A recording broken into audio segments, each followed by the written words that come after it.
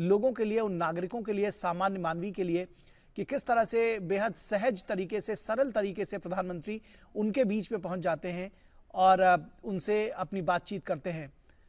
निश्चित तौर पर उत्साहित होते हैं, उनके लिए भी ऐसा एक अविस्मरणीय क्षण होता है। जो बच्चे हैं, ये देखिए, ये इस मेट्रो राइड में प्रधानमंत्री के साथ में कुछ स्टूडेंट्स शामिल हुए हैं और प्रधानमंत्री उनसे बात करते हुए।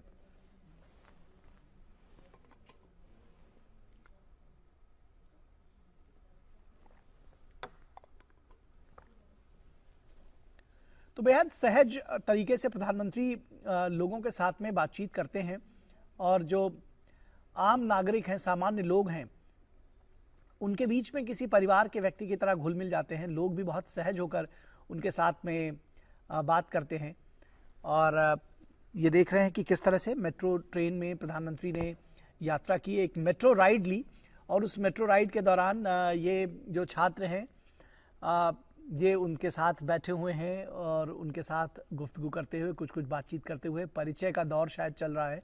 ये तस्वीरें जो है अपने आप में बहुत कुछ बयां करती हैं कि किस तरह से चाहे वो सामान्य नागरिक हो, खासतौर पर स्टूडेंट से इंटरैक्ट करने में प्रधानमंत्री बहुत रुचि रखते हैं और बहुत कई बार रोचक जानकारियां भी उनके साथ साझा करते हैं। इस तरह की तमाम तस्वीरें हम पहले भी देख चुके हैं और आज जब इस फ्रीडम पार्क मेट्रो स्टेशन पर प्रधानमंत्री पहुंचे तो उन्होंने इसी तरह से एक जो स्टूडेंट्स का दल था उनके साथ में बातचीत की, उनको अपने पास में बैठाया और उनके साथ संवाद स्थापित किया।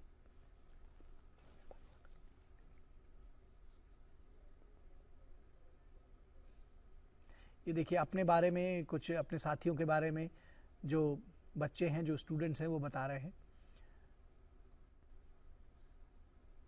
और बहुत बड़ा दिन है आज महाराष्ट्र के लिए, गोवा के लिए, देश के लिए। जिस तरह से विकास की तमाम परियोजनाएं, 75,000 करोड़ रुपए की परियोजनाएं एक दिन में प्रधानमंत्री उनका शिलान्यास करेंगे और उद्घाटन करेंगे। तमाम वो परियोजनाएं जिनका प्रधानमंत्री ने 2016 में, 2017 में, 2019 में जिनका शिलान्यास किया था, उन सब का मोपा अंतर्राष्ट्रीय हवाई अड्डे की जब बात करें तो वो उसका शिलान्यास प्रधानमंत्री ने 2016 में किया था और ये कहा जा रहा था कि यात्री सुविधाओं में ज़बरदस्त इजाफा होगा उससे। वो भी बनकर तैयार है। आज शाम प्रधानमंत्री, आज दोपहर के बाद उसका भी उद्घाटन करेंगे। हमारे साथ में हमारे संवाददाता योगेश शीतल मौजूद हैं। योगेश, किस तरह से आज न सिर्फ नागपुर के लिए बल्कि महाराष्ट्र के लिए, गोवा के लिए आज बड़ा दिन है। 75,000 करोड़ रुपए से अधिक की परियोजनाएं प्रधानमंत्री आज महाराष्ट्र और गोवा के लोगों को समर्पित करेंगे।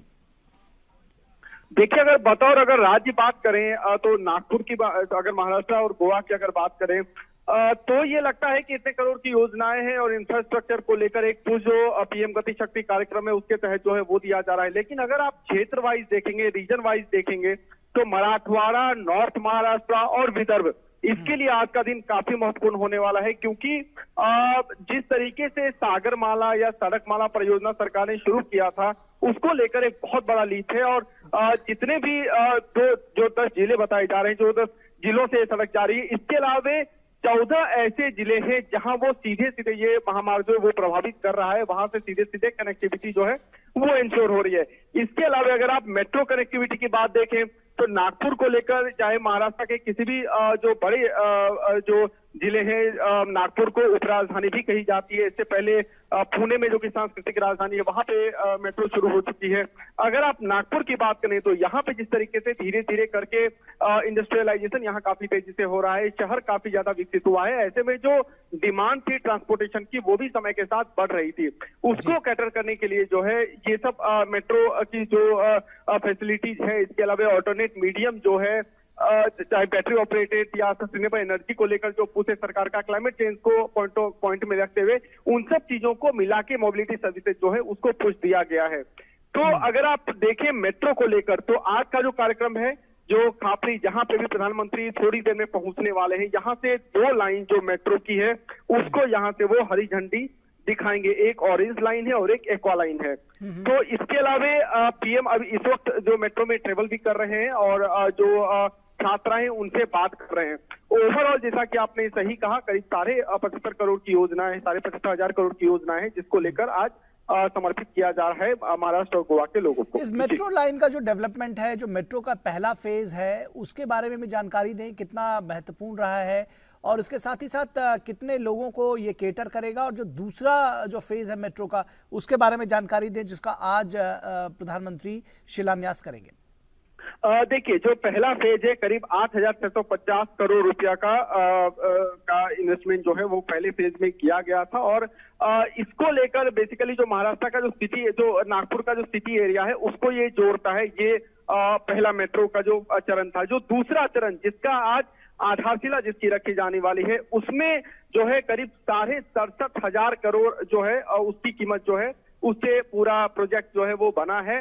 अगर बात करें अगर फेज वाइज, तो देखिए 2 लाइन है बेसिकली, एक तो ऑरेंज लाइन है और एक्वा लाइन है। ये लाइन है जिसपे ट्रांसपोर्टेशन होगा।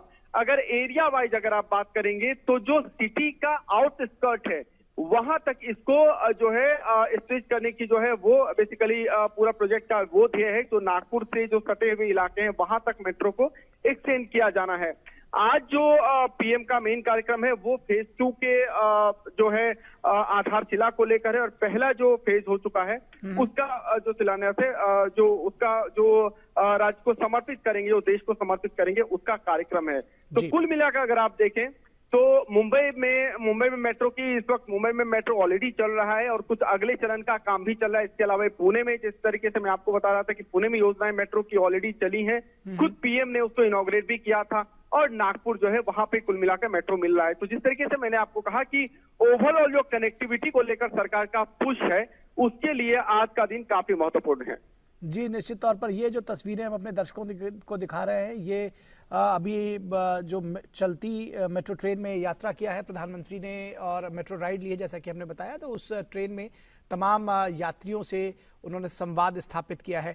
एक जो रेलवे से जुड़ी हुई दूसरी परियोजनाएं हैं, नागपुर इटारसी तीसरी लाइन परियोजना के कोहली नरखेर खंड को प्रधानमंत्री राष्ट्र को समर्पित करेंगे। इसके अलावा समृद्धि महामार्ग की भी बड़ी चर्चा है, जो कि नागपुर से शिरडी को जोड़ रहा है। इस समृद्धि महामार्ग के विषय में भी जानकारी दें, और जो रेलवे की परियोजना है उसके विषय में भी बताएं हमारे दर्शकों को। और देखिए, जो जहां तक समृद्धि महामार्ग की बात है, वो समृद्धि महामार्ग को लेकर जो है बहुत ज्यादा लोगों की उम्मीद थी, क्योंकि महाराष्ट्र में जो 2 बड़े, जैसा कि मैंने आपको कहा था कि मुंबई तो राजधानी है, मुंबई को देश की आर्थिक राजधानी भी कहा जाता है, और दूसरी जो महाराष्ट्र की उप राजधानी जिसको नागपुर के तौर पर माना जाता है, अगर आप देखें तो मुंबई से नागपुर के अभी कई सारी ट्रांसपोर्टेशन में जो है अपग्रेडेशन किया गया है। मसलन अगर आप रेल लाइन की बात करें तो दुरंतो भी चलाई गई थी, इसके अलावा सड़क मार्ग भी है और हवाई मार्ग भी है। लेकिन कोशिश ये की जा रही थी कि क्योंकि ये फार्मर बेस्ड एरिया है, रास्ते में जो है नागपुर से सटा हुआ अमरावती अगर आप ले लीजिए, पूरा विदर्भ रीजन अगर आप ले लीजिए, तो विदर्भ रीजन और मराठवाड़ा रीजन, यहाँ तक कनेक्टिविटी को किस तरीके से इस तरीके से बनाया जाए कि जो फार्मर है, जो किसान है, उनको उसका लाभ मिले, जो एपीएमसी मार्केट है वहां तक जो है लाभ पहुंच सके और कनेक्टिविटी सुदृढ़ हो सके, इन सब चीजों को साथ में लेते हुए। तो उसके लिए इसकी अवधारणा जो इसको अंगीकार किया गया था, और तब समृद्धि महामार्ग, जिसको हिंदू हृदय सम्राट बाला साहब ठाकरे समृद्धि महामार्ग के नाम से जाना जाएगा, इसको जो है इसकी शुरुआत की गई थी। करीब 701 किलोमीटर का ये एक्सप्रेसवे है, और 520 किलोमीटर जो कि नागपुर से शिरडी का स्ट्रेच है, उसको लेकर जो है आज उसका इनॉग्रेशन जो है आज होना है। ये इसलिए भी महत्वपूर्ण है क्योंकि आप बड़े बड़े अगर आप जो है जिलों को देख लें, मतलब अगर आप अमरावती को देख लें, औरंगाबाद को देख लें, नासिक को देख लें, तो आपको हर एक जिले में कुछ खासियत मिलेगी। मतलब अगर आप नासिक को देख लें तो नासिक को अंगूर की दूसरी राजधानी, दूसरा जो है सबसे बड़ा शहर भी कहा जाता है जहां अंगूर की पैदावार होती है। इसके अलावा प्याज को लेकर हम जानते हैं कि लासलगांव का प्याज पूरे भारत में और विदेश में भी निर्यात किया जाता है। इसके अलावा अगर आप औरंगाबाद को देख लें, औरंगाबाद की अपनी खासियत है एग्रीकल्चर और साथ में टूरिज्म को लेकर। इसके साथ ही अमरावती को अगर आप ले लें तो अमरावती और जो पूरे आसपास के एग्रीकल्चर एरिया है, चाहे वो सोयाबीन हो, दलहन हो, तिलहन हो, उसकी वहां जबरदस्त पैदावार होती है। तो इन सब जो ये कुल 10 जिलों में, ये 3 जिलों का मैंने आपको नाम बताया। इसके अलावा अगर आप 14 जिले जो अलग अलग हैं, तो जैसे विदर्भ और मराठवाड़ा, नॉर्थ महाराष्ट्र के, इन सारे जो एग्रीकल्चरल बेल्ट है कुल मिलाकर, इसको सीधे सीधे कनेक्टिविटी जो है वो मुंबई से हो पाएगी। और कहा जा रहा है कि 8 घंटे में मुंबई से नागपुर की कनेक्टिविटी होगी, जो कि फिलहाल करीब 14 से 15 घंटा आपको लग जाता है ट्रेवलिंग में। तो कुल मिलाकर अगर आप देखें तो 7 से 8 घंटे की सीधे सीधे बचत जो है इस हाईवे पे होगी। इसके अलावा चूंकि जवाहरलाल नेहरू ट्रस्ट की अगर आप बात कर लीजिए, जवाहरलाल नेहरू पोर्ट ट्रस्ट है, टूरिस्ट लोकेशन जैसे अंजना एलोरा केव ले लीजिए, शिरडी ले लीजिए, वेरूल है, लोनार, ये सब जो एरिया है यहाँ तक भी कनेक्टिविटी जो है होगी। तो कुल मिलाकर इसको एक गेम चेंजर की तरह माना जा रहा है। जो देवेंद्र फडणवीस जो कि यहाँ के उप मुख्यमंत्री हैं, उन्होंने भी कहा है कि ये जो महामार्ग है ये एक तरीके का गेम चेंजर होगा। ट्रांसपोर्टेशन के बारे में अगर आप बात करें तो महाराष्ट्र का, अगर आप ओवरऑल ट्रांसपोर्टेशन के बारे में बात करें। दूसरी बात जहां तक मेट्रो की आपने कही, तो देखिए जैसा कि मैंने आपको कहा कि मेट्रो को लेकर जो दूसरा प्रोजेक्ट है, जो दूसरा चरण है, उसको लेकर जो है उसकी शुरुआत हो रही है नागपुर में। न केवल जैसा मैंने आपको अभी कहा कि विदर्भ को लेकर इंडस्ट्रियलाइजेशन की बात जो है, इंडस्ट्री की बात हुई है, इसके अलावे यूथ यहाँ पे काफी संख्या में आए हैं क्योंकि एजुकेशनल इंस्टीट्यूट खुला है। अभी तो एम्स का भी जो है, एम्स को भी काफी शिलान्यास हो रहा है। तो एम्स में निश्चित तौर पर पेशेंट आएंगे, मेडिकल से जुड़े हुए कई सारे स्टूडेंट जो है वो आएंगे, कई सारे फील्ड के लोग आएंगे। तो उसको लेकर जो कनेक्टिविटी है, कनेक्टिविटी का उनको लाभ मिल पाएगा क्योंकि धीरे धीरे जिस तरीके से यहाँ पे डेंस पॉपुलेशन जो है वो बढ़ रहा है। और साथ में एक चीज मैं आपको ये भी बता दूं कि चूंकि भारत जो है इस वक्त डेमोग्राफिक डिविडेंड के एरा में जा चुका है, 2055 तक जो है ये जो जनसांख्यिकीय जो लाभांश होता है वो रहेगा।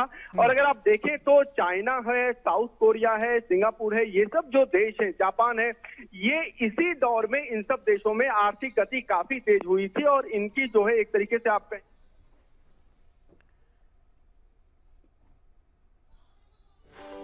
नागपुर मेट्रो रेल के फेज 1 का लोकार्पण करते हुए प्रधानमंत्री, ये सीधी तस्वीरें आप देख रहे हैं। प्रधानमंत्री ने काशी नागपुर मेट्रो रेल संगमम, यह एक फेज 1 का ऐतिहासिक कार्यक्रम है। मैं कहूँगा शताब्दियों के बाद इस तरह की एक पहल शुरू हुई। हजारों सालों से काशी का और तमिलनाडु का संबंध है। ये कोशिश है कि तमिलनाडु के लोगों को और काशी के लोगों को जोड़ना। वहाँ से जो ग्रुप आ रहे हैं वो यहाँ पर आकर के बनारस की जो नवीन परिवर्तन है, प्लस हमारे जो सनातन धर्म की जो मान्यता है, उनको देखकर बड़ा पसंद हो रहे हैं। उत्तर से दक्षिण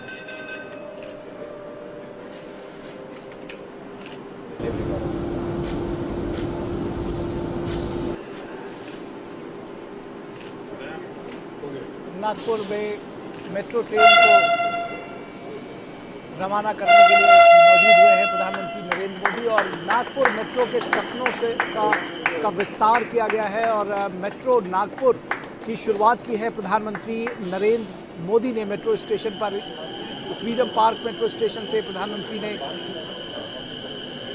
2 मेट्रो ट्रेनें, दरअसल आज इनकी शुरुआत की जा रही है। खपरी से ऑटोमोटिव स्क्वायर और प्रजापति नगर से लोकमान्य नगर। तो मेट्रो रेल की सौगात मिल गई है।